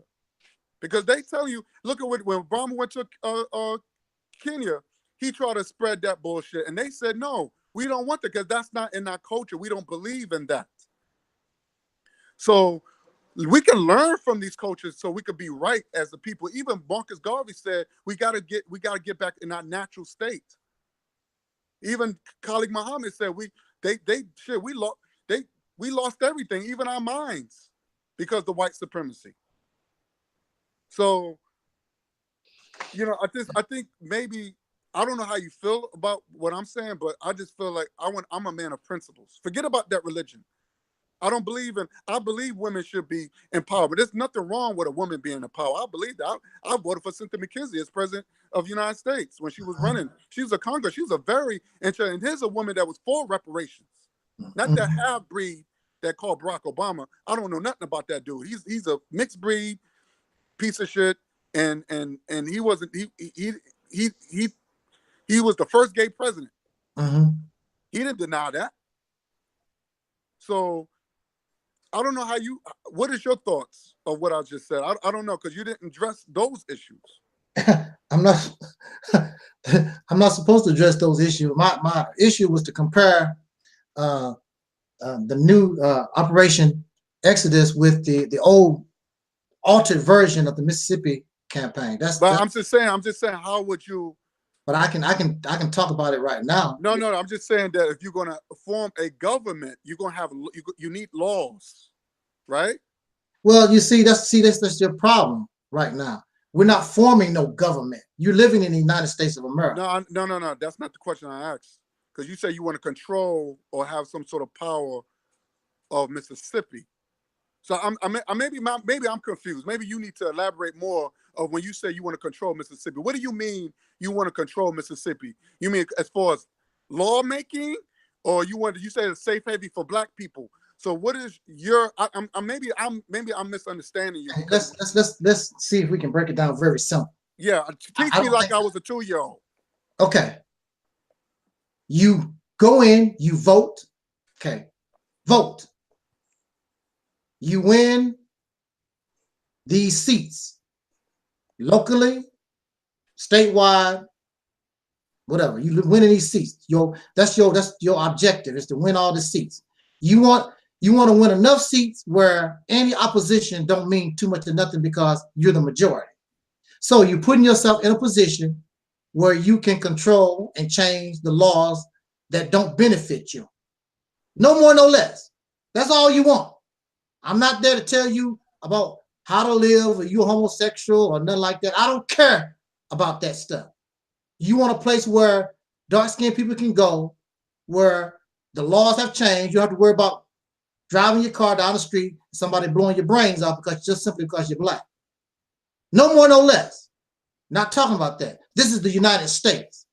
Now, if you want to do something other than that, then I suggest that you go find somewhere where you can, because you're not going to do that in the United States of America.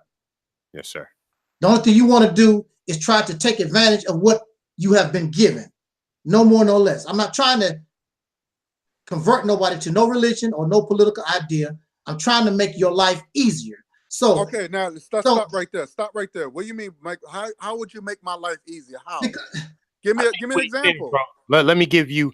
Let me break it down briefly. Mm-hmm. What he's saying at this point in time, if we look at going through 400 to 500 years of bondage, us, the descendants of slaves born in America, mm-hmm. who has the political power in America, brother Guy?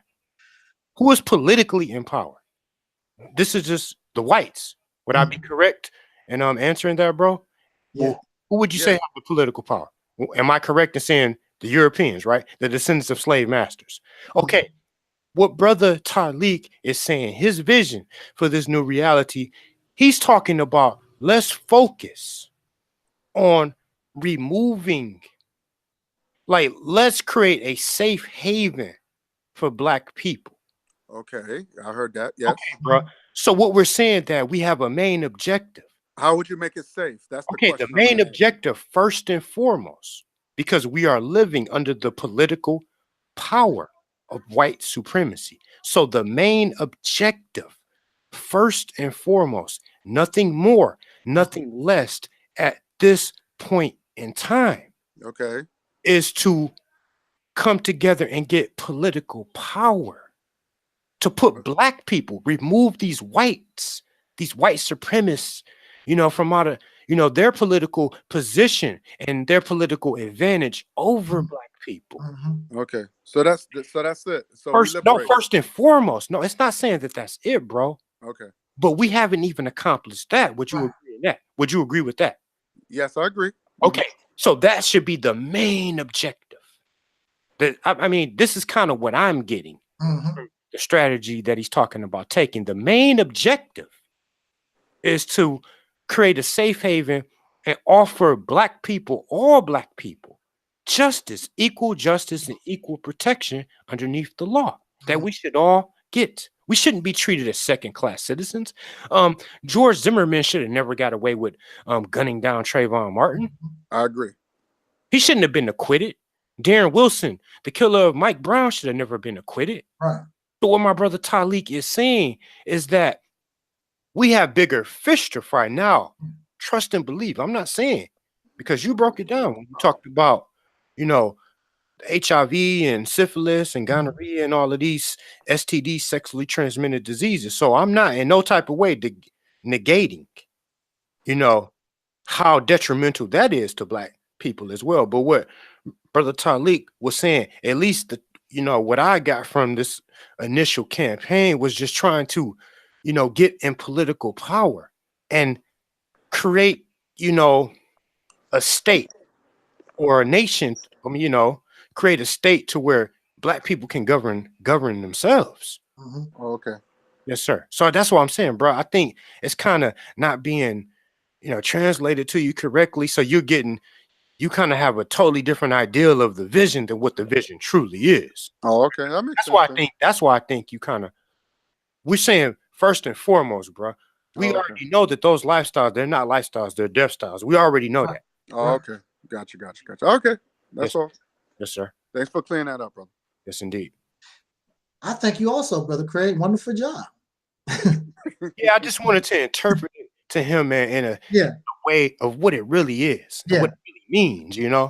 I don't want him to think that, okay, we don't give a damn about the STD rate or, this homosexual campaign being pushed on youth and school system. It's not saying that we don't care. No. I just think that the main focus of, of this from, the understanding that I had, towards this situation was just trying to, like you always say, bro, is just creating like a safe haven for black people and just giving us equal protection underneath the law, first and foremost. Yeah, I agree. That we never really had.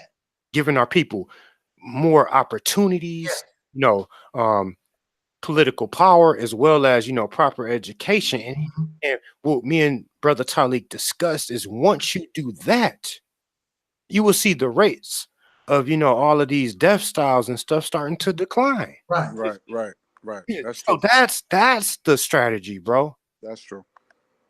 You know, that's the strategy, man, that I'm trying to come at, bro. And, you know, I really never get a chance to express this, you know, when I was, you know, when I'm talking to, you know, Brother Maurice at times, because I think he really doesn't understand. He just thinks that we condone homosexuality. Oh, man, we want that death star pushed on our youth, you know, on our kids, and to be taught, you know, in our schooling system. No, sir. No, sir. No, sir. That is a death star, man. It is not, you know, conducive of black, you know, progress and black empowerment. Nah, it doesn't benefit black people. But we're also saying, like my brother Taalik always say, let's get this peckerwood off of our backs. Right. Get the peckerwood off your back. Now let's get from underneath his system, his political system, his political domination. You know. Yeah, because he's the puppet master. That's the puppet master. Yes, sir. You know what I'm saying? So yeah, that's we gotta get to the ringleader. But you know, I mean, you know, I noticed that I've seen situations where when we try to go to the head, is always the guard dog, you know. And we have to keep our eyes open with the guard dogs, which is, like I said, the Negropeans that's willing to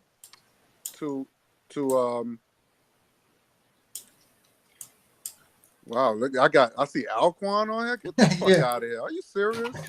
Yeah. What's up? Unfucking believable. I just lost my train of thought. I said, what the fuck is this? Yeah, when you get caught off guard, you're like, I don't know if he's coming here to smash or what. You know, I can't do a live one, so don't worry, man. I ain't gonna do it to you. I ain't gonna do it to you. Even though I feel tempted to, but I'm not gonna do it to you. Hey, Alquan, why are you here, bro? I mean, man, all of this defense, back and forth. If it ain't you and Al, I mean, if it's not you and Brother Taalik at each other's throats, is you and Brother Guy at each other's throats. This is why, Brother Alquan, you will never see a video on my channel about you, because I don't get caught up in that YouTube beef. But yeah, Alquan sent you here, bro. What's going on, man? If you and Taalik ain't talking about murdering each other, is you? No, I never got that far. Well, it's getting there, bro. So what's going on, man, bro? I mean. Well, I mean, as you guys know, you guys slick too on some videos though. So you know, I didn't notice that until later on. You know, I said, oh, this guy took a few shots too. So well, when you call him African and African and but you see, I toned it down, bro. I try not to get involved in that stuff, bro. Yeah, I don't like it either, but you know, when it's time to go off, I can go off. You know. What's going on with you and Brother Guy, man? I mean. Yeah, no. I don't know, man. He's just a Pan-Africanist, and I guess, you know, he wants to stick with whatever he thought he believed in. And if somebody goes up against it, you know, it's hard for people to switch, even if the truth is revealed to them. You know, it's just hard for them to switch up and say, "Okay, I'm wrong." It's hard for people to do that. Okay. So, I mean, okay, I've been trying to get your thoughts. Let me just ask him this real quick, because I'm not sure when I'll, you know, get a chance to speak to him again. What are your thoughts? Okay. Now, I remember last time we were supposed to be having a discussion, you know, about, you know, your personal beliefs and why you truly believe that, you know, we had no connection to, you know, people on the continent of Africa. Right. Yes, sir. But then all the beef took place, man. I saw the video of brother Taalik compared to somebody's penis, and the guy being compared to a Muppet. That's why I just fell back, because I was like, oh, this is getting way out of hand. So I fell back once, all those personal. Yo, but I want to say that Mozzie bit. That's my. I was like, what? I like that puppet. I started laughing. I said, that's one of my favorite Muppets. Yeah, he should be. I started cracking up. I said, oh shit. Yeah, I see. Angel Snupnup is starting to get into some Tariq Nasheed roasting beef territory. I don't know if my man ready for it yet, man. I mean, he made his that Tariq Nasheed, that shit was funny. Yeah, he made his mark. He better hope that Tariq Nasheed just lets it roll, But if he comes back, you better be prepared, man. I ain't worried about him. But I'm gonna tell you this about the African thing. See, the thing is, before I go there, more people are starting to, I hate to say this, I'm an honest man. I gotta give Sodnet and his crew, I think they get a point on Dane Calloway now. Because unfortunately, a lot more people are letting it out what my man is related to. It looks like he's more related to the Moors and all that, which could be his motivation for what he's doing, aside from the money. So this time, Sodnet gets a point in his crew, even though they're still coons, but they get a point. But when it comes to me, I think this African thing, it's not about trying to detach ourselves from Africa. It's about the fact that we cannot prove that we are from Africa. Mm-hmm. That's what we can't do. But we can't. Every time we address this to Pan-Africanists, they tell a 2-hour story trying to convince us that we're African, but they don't just say, this is why we are African, than what the white man said. But we can't prove that we Black Americans. First of all, I don't even know what a Black American is. Because you got Black America. Are you talking about Black Americas? So you got Central America. You got North I'm just America. Strictly talking the United States. Well, that's United States. But but you're not talking about the whole continent then. No. You just talking about. So why don't you just say United States? Why you keep saying America? Because I got to tell this to everybody. Because America is a continent. Listen, out of all the countries in the Americas, there's only one country name that has America in its title. That's the United States of America. Well, I'm just saying, because you got to make that perfectly clear, because you got Canada of America and you got Mexico. No, Canada is Canada. No, but it's still within North America. No, like I said, you didn't hear me. No, I understand that, but I'm saying if you're talking about geographics. No, I'm not talking geographic. I'm talking about the name of the country. It's called the United States of America. You need to make that clear. You got to say United States of America. So I mean, how much clearer does it have to be? Well, we all heard Black America. That's too general. We all heard of the acronym USA. I mean, what does USA mean? Okay, but you got Canada of America too. Nah, but we're not talking Canada, man. We're not talking any other country. That's how we waste time worrying about other countries. That's that Pan-African stuff trying to get into this. No. But you said Black America. Black America. America is a continent. It's not a country. It's not I'm just saying. It's a continent. Right? And I just told you what I'm talking about, and it can't be any clearer. No, let me ask you a question. Is America a continent? Yes or no? Is the United States of America a country? Yes or no? I didn't ask you that. I said America. That's what I'm talking about, though. See, we talk about some other stuff. We're wasting time. We're talking about two different things then. I said America. Is that a continent or country? I'm from the United States, so I don't talk about North America. People from Canada, they talk North America to try to be down with the United States. But as you know, in the United States, we never even mention North America. We don't talk about that kind of thing. Okay. So Black American, matter of fact, you never heard anybody from Canada or Mexico say, hey, I'm a Black American. Why? Because that's not the name of those countries. Mm. It's simple, but some people want to make it difficult. See, it's funny. I never heard the word Black America before. I only heard that from the Caribbeans. They used to call us Black Americans. Because I kept saying, "What the hell is a Black American?" I never, and you know, my parents was born here, my grandparents born here, you know, from the South and all that. So that's my first time I ever heard. We never called that stuff. So I don't know. It seemed like to me you took that from the Caribbeans. Okay, so you're trying to cause some issues. I'm not causing no issues, brother. You took that word from the Caribbean. That I learned that from the Caribbeans. Okay, before we were called Black Americans, we were called colored or Negro American. Caribbean say, "You Black Americans." Have you ever heard them say that to you? You Black Americans. Nope, but I tell you this though. Every time I ran into one, they always asked me what my nationality was, and even though they came to my country. What is your country? Tell them what my nationality is. What is your country? It's the United States. You own land in this country? Like you own businesses? Boy. Come on, man. See, this is your style of argument. It's talking about nonsense instead of getting into actual facts. I'm trying to get to know you.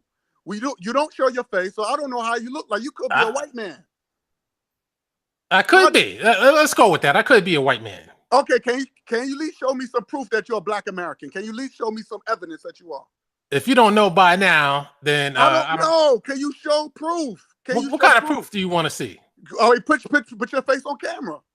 No, that's not happening. I mean, I don't know what it is with people wanting to see people's faces. Matter of fact, whose face is that in your avatar? Is that you? Oh, yeah.